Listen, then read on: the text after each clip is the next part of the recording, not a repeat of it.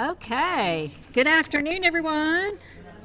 Good afternoon. Thank you for joining us today. Welcome to the Let's Talk, our opioid misuse prevention and treatment education series, brought to you by Capital Area Human Services, Louisiana Department of Health, Office of Public Health, and the East Baton Rouge Parish Library. Today, our topic is the truth about opioids. And my name is Vivian Geddes. I'm the Prevention Division Director at Capital Area Human Services, and I'll be your facilitator today. So what I'll be doing is once the students who'll be presenting, I'll just call your name, and you won't need to wear a mask during the presentation part. That'd be fine. This presentation will be live and recorded and live streamed through the East Baton Rouge Parish Library Facebook page during the presentation. We will have a question and answer period at the end, so we invite all the presenters to come up and have a good dialogue. This is a Let's Talk series. We want to encourage your participation today. And at the end, we really are very interested in getting some posters created based on the presentation today and what you've learned, and some information that you would like to tell others, other teenagers, other young people about opioids. And we will be able to put them on display at the library, and then after we're finished with the display, and it'd be a wonderful way to get the word out about what you learned today. So let me go ahead and advance to information. Are you all already know about ICARE? Good, yeah. Well, ICARE has been a partner with Capital Area for many, many projects, and is really an important part of the school system in East Baton Rouge Parish. And they provide a lot of prevention and violence prevention information and services to all the East Baton Rouge Parish schools. So we're really pleased, and I just want to recognize Erin Poso, the director. She's been a very big supporter of all the programs that we've worked on together. We also have ICARE specialists here, so I'm going to ask the ICARE specialist to wave. Jennifer Degruise, Aubrey Jones, there he is, and we have Dana Sam here, I believe. Yep. Nope, she's walking around. Okay. And we also have some other Team Spirit sponsors. Sam Howard. We have Keontae Promise. And thank you all so much for all your support system with the students there. We really appreciate it. So, Mr. Jones, would you introduce our speakers today? Or do you have all the names of the speakers? Or okay, that's quite all right. That's quite all right. Why don't I go ahead and introduce, we have a student from Belaire High, Malachi Daniels. And, okay, very good. And we have, let me just skip over to the other speaker we have today. Let's see, we have from Northeast High School, DeCammy Purvis. Very good. And then from Glen Oaks, we have Ty Jackson. So today. So thank you all for being here and sharing your information. So we're going to go ahead and get started with the first presenter. So I'm going to ask Malachi Daniels to come up and get us started. First, we're going to talk about how medications can be helpful if you use them right and not abuse them. Second, we're going to talk about which scenarios represents prescription drugs misuses. Is that a question? Yeah, that's the question for y'all to answer. So for 1, 2, and 3, you see those pictures. Which one of those scenarios represents prescription drugs? 2. I hear 2. I hear 3. What else? All right. Tell us the answer. Misusing, if basically all of them are right. Misusing medication is 1, taking medication for reasons different than prescribed. 2, taking more medication than prescribed. And 3, sharing or taking someone else's medication regardless of intentions. It's a question. Do the majority of teens misuse prescription drugs? No. Oh, wow. 6 out of 17 do not misuse prescription drugs. But if you do, it can start at a young age and it could cause addiction. Thank you so much. So our next speaker will be Trudy Wickham. Okay. From the Louisiana Department of Health, Outreach Opioid Coordinator. Okay, let's see if I can do this clicker thing. All right. So I'm going to share with you some data about where we are, particularly in the capital area. Here's a graph of the surveys done by caring communities of 2,111 12th grade students. And this was done between the years of 2014 to 2018. You'll see on this graph that the prescription drugs used are opiates, which are like Oxycontin and Vicodin. And then you have stimulants, which are Adderall and Ritalin. And then sedatives, like Xanax and Valium. In this particular survey in 2018, in the capital area region, 3.6% of 12th graders misuse opiate prescriptions. 4.9, almost 5%, misuse stimulants. And then 5.7 reported misusing sedatives medication. And these are generally declining from 2014 to 2018. However, we do want to keep our eyes on this because 2020 was a year that all of us had some challenges. And so we're going to be able to see additional data at a later time. I also want to note that there's other increases of alcohol use in addition to e-cigarettes and marijuana use amongst 12th graders. Okay. What are stimulants and what are sedatives? Particularly stimulants are like uppers. They alert your body. They give you that energy, that go. And a lot of people don't realize that a stimulant is caffeine. A lot of us do that every day. But nicotine, Adderall, and Ritalin, cocaine, methamphetamines, all of those are listed as stimulants. Sedative slows the body down, and it is also called downers. And that can be like alcohol, Xanax, Valium, Avian, and Ambien, okay? And some slang terms for it, because a lot of people didn't know what these are. A lot of people don't use them when they are talking to one another. But if you're talking about opiates, they may use the words like happy pills, or OC, or perks, or Vikes. If you're talking about sedatives, they may use terms like A-, barbs, candy, or downers. And if you're talking about stimulants, they call those bennies, black beauties, uppers, and speed. So those are some of the slang terms. So what are prescription opiates? All right. Opiates are a class of drugs that include pain relievers available legally by prescription, such as oxycodone, hydrocodone, and codeine. Okay? Many teens, however, they may not have ever been introduced to an opiate until they had their wisdom teeth removed, and that may have been the first time that they were introduced to an opiate, or they might have had their first sports injury while playing sports in school. However, here in Louisiana, we now have some restrictions that are by law that doctors are not supposed to prescribe more than 7 days to any first-time prescriber. And so that helped to change some of those numbers up there because they're not prescribing as much as they were before. And then another law that helped was a Louisiana prescription monitoring program. And this is a unique program that gives the doctor and the pharmacy an opportunity to communicate with one another.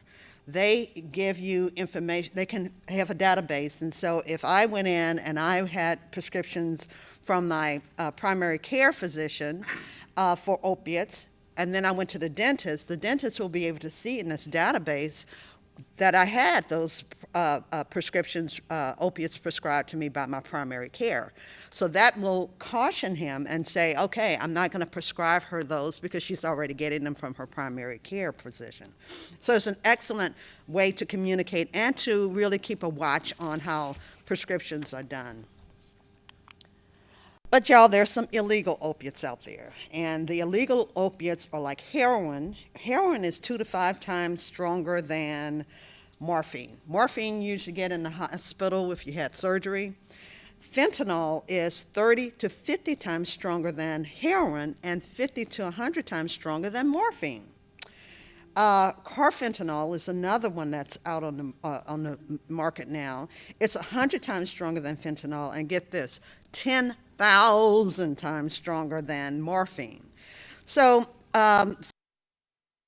has been used to sedate elephants. So think about your body and think about elephants, okay? So we really need to get a better handle, and often drug dealers are making deadly mixtures of these substances that you see up here. Our fentanyl powder has a powerful way to kill you if it's ingested or inhaled. Just a few milligrams, as you can see in the vials that you see here. It doesn't take much. And oftentimes, drug dealers will lace medication with these deadly opiates. Okay? So, y'all, we still have a problem with prescription drug misuse across the country. Drug overdose deaths, primarily from prescription medications, is the leading cause of accidental deaths in our country. Y'all get that? More than car crash deaths. So you read in the paper about all these, especially on I-10, maybe the different car crash deaths that may have occurred. Prescription drug misuse deaths are more than the car crash deaths. And so the most commonly misused prescription drugs are opiates, sedatives, and stimulants. Here's some more information about Louisiana, and the takeaway I want you to see here is, again, when you see a graph like this and you see it going in that direction, that's the bad news. It's going in the wrong direction. And the takeaway I want you to see from this slide is that opiate-involved deaths are at a higher rate than the drug-involved deaths, which is the blue level. I mean, the light blue level. Overdose deaths in East Baton Rouge Parish increased from 28 in 2012 to 127 in 2019. So again, a remarkable, and like you said, I'm just really scared to see what our numbers are going to be for 2020. So what you need to know about opiates, first of all, it's a narcotic drug. Second of all, it's highly, highly addictive. You can become addicted to opiates after 5 days of use. Thirdly, it's deadly. Okay, again, many people don't realize that it can actually kill you. And fourth, it's a risk to everyone. So every single person, children, older people, community, people who live in urban communities, all of us are affected by these numbers. And so we just really need to be cautious about, again, if you are prescribed opiates, ask your doctor, is there anything else I could use instead of the opiates? Is there anything else that would help me with this pain? And if you have them, you have to be very careful of how you store them. Keep them locked so that no one else can get access to them. And if you don't use them all, you need to know how to dispose of them properly. So in Louisiana, nearly 5 million prescriptions of opiates were written in 2017. 5 million. Y'all, we don't have 5 million people in Louisiana. So that tells you the number of prescriptions that were written. Fortunately, because of the law that doctors aren't supposed to prescribe more than 7 days, oh, I forgot about that, more than 7 days, it is still very important that you monitor how you use them, like I said, how you store them, and how you dispose of them. All right, so if there are signs that you have an opiate problem, And here's just first of all, we want you to realize that people who have an opiate problem, there is help, there's treatment available. But you want to kind of keep your eyes and ears and be sensitive to what you might see. Particularly, you might have a loss of control or cravings, such as people might start reporting that, I think somebody stole my opiates, or you may start shopping from doctor to doctor. If one doctor says, no, I can't prescribe you anymore, then you say, okay, I'll just go to another doctor. You also might be seeking opiates from others, particularly family and friends, because you feel like they love you and they'll be vulnerable to your request, and they give you the opiates. You also may request more, like if you do get it from your doctor, say, I got 15, I think I needed 30. So you ask for more. You start to see a shifting in the moods. This person has been very happy and jovial all the time, but you're now starting to experience that they're being very irritable or really just distracted from the family. All of these things are signs of loss of control, but also consequences. Sometimes people continue to use because of the addiction. Opiates change lives in the brain's function and relatively over a short period of time. They may make the person want to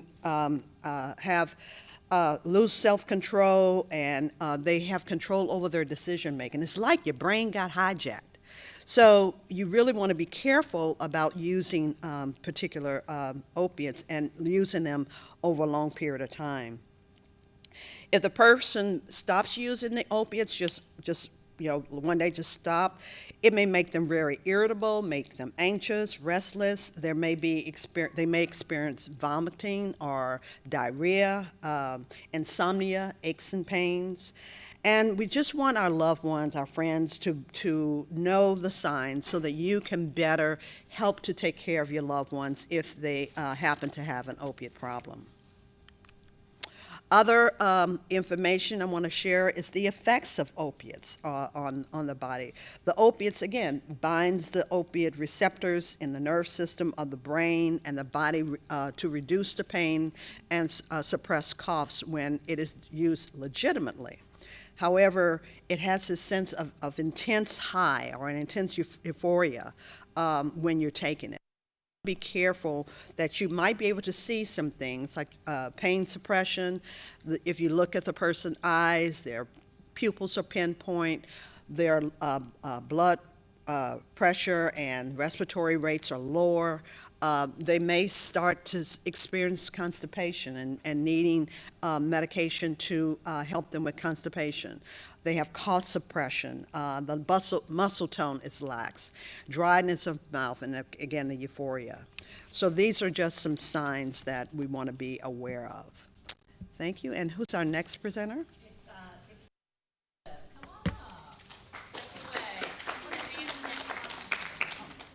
Okay. Good news, you can make a difference. Use medication safely. 3 main steps you can for yourself. Some items aren't meant to be shared, as you can see, as your toothbrush, medication, especially, and underwear. Step 2, follow instructions. Some instructions are meant to be followed, like for sports, and college applications. Yes. While following instructions are important. It tells you how much and how often you should use it, and the reason for the medication. Think about it. Some people misuse medication by taking it for different reasons than prescribed.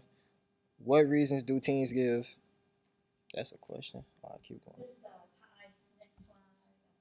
Yeah, I think I'm done. That's okay. I think we're supposed to go to the next student. That's okay. Yeah. Let's both get up there. That's great. I'm good with it. I'm good. Stay up there. Y'all work together. This is how you together. Okay. So read that question, and I want the audience can answer this question. All right, you can read it. And That's the plan, looks like. All right, so what can we get some reasons why teens might give reasons to misuse medication? To have fun. Yeah, that is one of them. What type of fun? Very stupid fun that you don't need medication for. Nah. Any others? In the back? They heard it on a song. Okay. Okay. Heard that one before. But okay. I never heard of that one.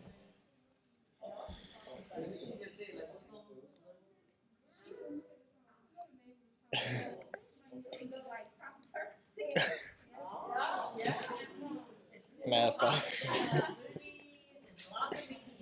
Yeah. It says it's okay. It's kind of cool. And so that's another reason, if you want to be cool, we're going to have to, what about the stay-ups and stuff? Yeah. Speed. Mm-hmm. It's a big college thing you'll see in college. Say something instead of the speed, so we're gonna. Yeah, that is like all this. Technically. Basically. We all drink cold drinks. I know we all do. Nah, I don't. You don't? No. I drink water. I drink water too. Why not? If you just bored, You that's can find better alternatives. really go outside. Go outside, go to like the mall or something. Right. Spend time with the kids if you have any. If you're an adult, spend time with the kids. If not, spend time with somebody. Get a cat. Get a cat or a dog Yeah, dog. or whatever animal you prefer. It doesn't matter. You know. No. All right, show us the list. Okay. All right, here go with the list. All right. There you go. So one of them is to manage stress and or low moods, Mm-hmm.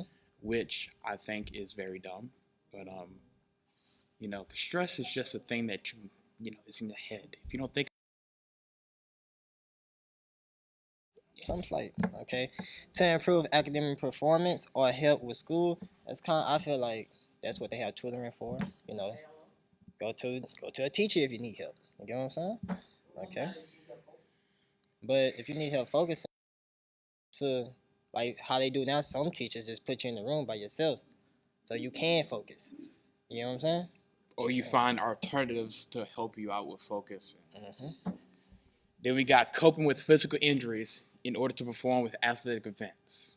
I can actually speak personally on this as I've had to do this a couple of times, but personally, it was against my own will. I'd rather just go in there with no medication, which I've learned that I do pretty good with. But yeah, sometimes like the physical trainer gives you like some kind of painkiller, such as mostly use ibuprofens to continue playing, which my thought is that, if I'm hurt, as much as I want to keep playing for my own health, I should probably not play. Yeah, just sit. Just sit out for the game, No. Okay. To have fun is way more different ways to have fun. Go outside, go eat, go have fun, go get friends. Like we just said, get an animal. You get what I'm saying? Get a pet, You get a parrot. A parrot talks back to you. You get what I'm saying? So you can have fun. Way many ways. To have something to do for boredom or to try something new. The boredom thing, again, more fun things to do. Way more. There's a good bit of things to do here in Baton Rouge that's pretty fun. I've been to almost all of them. And the something new thing for the curiosity, just don't be curious. Yeah. Just don't be curious. If you want something new, just go get a tattoo. Yeah, just do that. That's Get a piercing. I'm not condoning that, but I I'm mean, condoning the that's tattoo part. nice. I'm not gonna condone that. Dye your hair. Dye your hair. Something new. Something Thank new. you. Yeah. Music, Exactly. find a talent. Mhm. For instance, I play drums, so I found mine. That's my nice. talent. That's nice. I can't play no instruments. Self-taught, you can learn. I try. Talk about the next slide. Go ahead and advance the slide. Okay. All right. Yeah, you guys have been great. leading What this can discussion. teens do instead of misusing? So we talk about things. Are there other things that you guys can think about? Anybody? Rel? Anybody? Anybody? Don't go work out. Okay. Okay. Sleep. Sleep. I hear that. Play games. Okay. See? Okay.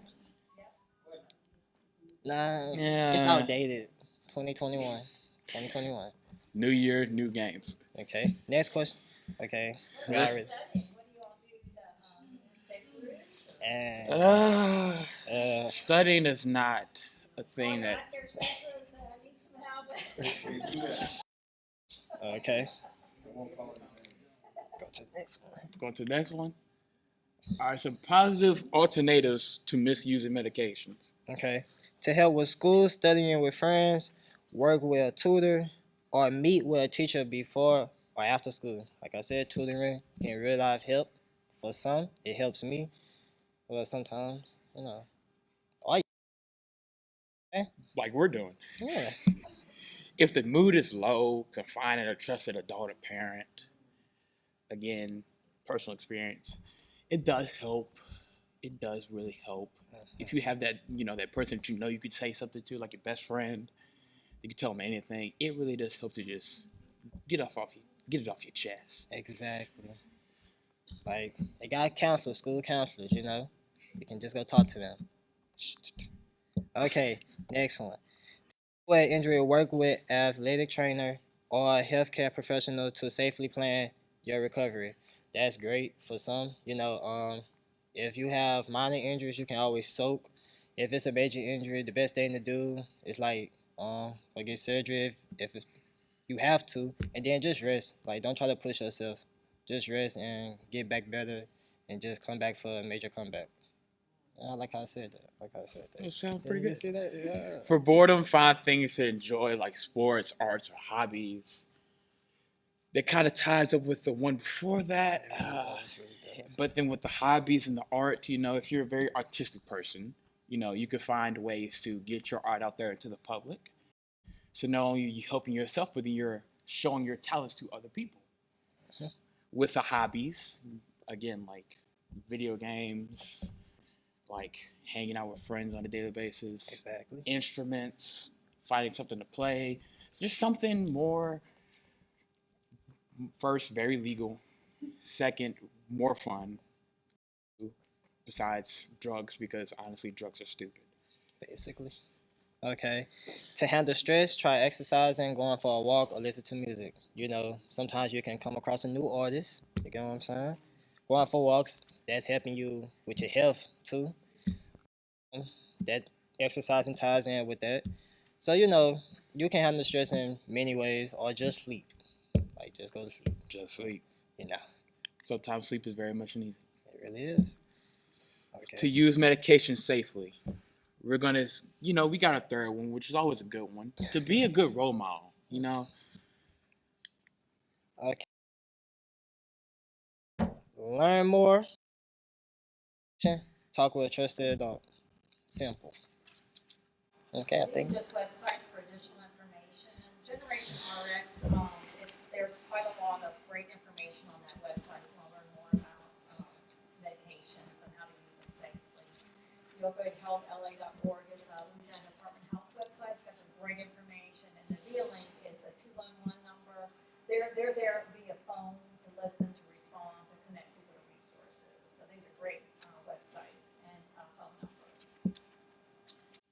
All right, so let's give our students. No, it wasn't so bad, was it? Oh, Great job. Great job. Thank you all so much for sharing some wonderful information with each other to help prevent opioid misuse. That is the goal, that we're really trying to get the information about how to better use medication, to do them properly, how to dispose of them. And we also want to make sure that you tell others, your friends, loved ones, about the dangers of opioid misuse. The other thing we did want to share with you is that I represent Capital Area Human Services, and we provide prevention services as well as treatment services for opioid misuse. So we are available. So we want to make sure that the contact information is there. Check out our website, realhelpbr.com. Right, and then I'm going to talk to you a little bit about Narcan. We heard a lot about what opioids are, how dangerous they are, and some alternatives to misusing medications. But the reality is, as Trudy said, we are seeing an increase in overdose deaths. And we know that because, with COVID, we're more isolated, and I think people are turning to drugs to feel better. That's just the way we're seeing the increases. And unfortunately, fentanyl, which is very, very strong opioid, that's typically what is killing people. So the good news is that, have you all heard about Narcan? This is naloxone, which is an overdose reversal for opioids. It's a nasal spray. If you've ever used some sort of antihistamine spray, like Afrin or something like that, it's the same thing. It's a spray that you insert into the nostril, and you can save a life. It instantly it corrects an overdose. So if someone is not breathing, unresponsive, these are just some of the things Tree talked about: pinpoint pupils. Sometimes the skin is very pale because oxygen's not getting to the body because of the respiratory problems. So these are all signs of an overdose. And the nice thing about, if you suspect an opioid overdose, go ahead and give it. If you don't know if they've used opioids, it won't hurt anybody if you give it to them anyway. So that's the good news. If you're just not sure, go ahead and give it if you suspect an opioid overdose. Basically, what we're saying, this is a medical emergency. If you're seeing any of these signs, unresponsiveness, they won't wake up, all these other things we talked about, particularly breathing problems, call 911. It's a medical emergency. We need to get the ambulance there right away. Administer Narcan. And we have free kits available out in the lobby for anyone that needs one. So if you have a friend or a loved one that's struggling with opioids, it's good to have this on hand, because it could save their life. Try to keep the person awake, breathing, lay the person on their side. Sometimes that prevents the choking. Sometimes until help arrives. Sometimes there's 2 doses in this box. You may have to give another dose just because of the strength of the fentanyl drugs. So there's 2 doses. So if you give one, if after about 4 minutes they're not very responsive, call 911. You can give another dose of the spray into the other nostril in about 4 minutes. And typically with 2 doses, will revive someone who's overdosing. So this is very important information. The nice thing too is that this is now available at all local pharmacies without a prescription. So that's important to know too. Let's see, I talked a little bit about Narcan. The other thing too, there's an app you can download on your phone. It will walk you through the steps. Sometimes it's hard in emergency, you might not remember everything you need to do, but if you have the Narcan app on your phone and you're in a situation where you're suspecting an overdose, pull up the app and it'll walk you through the steps. Okay, let me see if there's anything else. So that completes our presentation part. I would like to introduce, the speakers to, field questions. If you have questions you want to ask each other, your co-presenters, Trudy, myself, the other students. Do you have any questions that you'd like to ask? This is a Let's Talk session, so this is the time to ask some questions. Okay. That Narcan Now app, I see that on the picture it has like a map. Is that going to show you where the closest place I can get at that time? Yeah, Okay. yeah. If you don't have it on hand, it has a lot of different functionality to it. That's cool. Yeah. So it's a really useful to have. And plus the actual kits have instructions too. And if you have a kit, it has instructions in the box. So if you forget, you can look at that. Any other questions? Yes, Jennifer? Is that, the Narcan, is that actually for just opioid use? Correct. Okay. Just opioid. If someone is overdosing, let's just say on cocaine, it will not revive them. It only acts on the brain receptors for opioids, which are the pain receptors. So that's important. But if you suspect it, it won't hurt anyone. Even if it's not an opioid, it will not hurt the person if you give it to them. So if you suspect it, it's always good to give it. I don't have to be the only one to answer these, by the way. You guys chime in. So, from where I grew up, we had like an event like once a month where you can dump or you can turn in unused prescriptions. Is there something like that I'll in answer there? that one. Okay, step up here. You just happen to ask the right question at the right time. Next Saturday is what's called Drug Take Back Day. And this is led by the DEA. They have them twice a year, one in the fall, one in the spring. And that event is in Baton Rouge. It's going to be at the Baton Rouge Police Headquarters on Airline, I think between 10 and 2. Any prescriptions you have in your house, you want to clean out your medicine cabinet, they'll take them all. Of course, opiates are number one that they're trying to bring in, but if you got laxatives, anything, you can bring it to that location and it will be safely taken care of. In addition to that, people don't want to always just keep the opiates in their house until next fall. So you can also dispose of them in your own home. And the way that you can do that is by taking a Ziploc bag, dumping the medication in there with something that's undesirable, like old used coffee grounds or kitty litter, something that's just undesirable. Mix it in with water, make sure that the medicine has dissolved, and throw it in your garbage can. Your medicine bottle, make sure you take off all the information, your personal information on it, and you get rid of the medicine bottle. So that's a quick and easy way to get rid of it so that you don't have them. And as I shared with you before, even if you are using the medication, you just want to make sure that you have it in a very safe place that no one can get to it. Not in the medicine cabinet, not in the nightstand, not on the kitchen counter, because that's where we keep a lot of our medicines.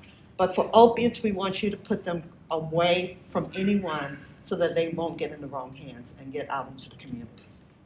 Did I cover Thank everything? you. Yeah. Okay. So the Take Back Day is April 24th. That's Saturday from 10 a.m. to 2 p.m. And they have 2 sites this year. One's at Women's Hospital. You just drive through and they just drop them. And also at the Baton Rouge Police Department on Airline Highway. Those are the 2 sites for the Take Back Day that's coming up. So definitely dispose of those medications safely so that they're not left around for somebody else to pick up. We know that the majority of this misuse happens because friends and family members have them in their homes. So Also- that's a big problem. Yeah, I forgot to mention there are drop boxes at your pharmacies. Like if you go to CVS or Walgreens, you may not have noticed it because you got all the aisles with stuff on it. But ask them, do you have a drop box? And you can bring it in, drop it in the box, and keep going. No questions asked. Okay, thank you. Any other questions? Can you flush the field down the toilet? I'm sorry. No down the toilet. We want to make sure our water system is safe and putting them down the toilet or in the, I'm sorry, giving you a hard time here. If down the toilet or down the sink is not a safe place to keep them, to destroy them. That's why I suggested the used coffee grounds and just get rid of them that way. Yeah, it's typically, we try not to tell people to flush those medicines down the toilet. I know it seems easy to do. There are some that are safe, but for the most part, using the cat litter or the coffee grounds and throwing them in the trash would be better than that. So we don't want any of these medications in our drinking water or in our environment, to say the least. Okay, so at this time, we would love if you all could create a few posters based on what you learned today. You can use your slide presentation, some of the topics that are on the table, because what we said, we want to be a role model. We want to help others to learn about what you've learned today. So what we'd like to do is have you all spend just a few minutes, and we're going to show some videos of your friends from your other schools that actually made videos that we used on social media, and also were shown at the State Opioid Summit last year. So we're going to show those videos that the students actually produced about opioid misuse prevention. So that while you're working on your post, you can also be entertained with some music. So what Trudy is doing now is handing out some posters. You can work together, you can draw, use your creativity. Just think of some major points that you've learned today that you'd like to put on a poster. And then what we'll do is we'll display them at the library, and also we can display them at your school. But we do need you to put your name on the back of it and what school you're from. so that we can make sure that once we finish displaying them at the library, we'll give them back to you at your school. So we have some markers that are coming out.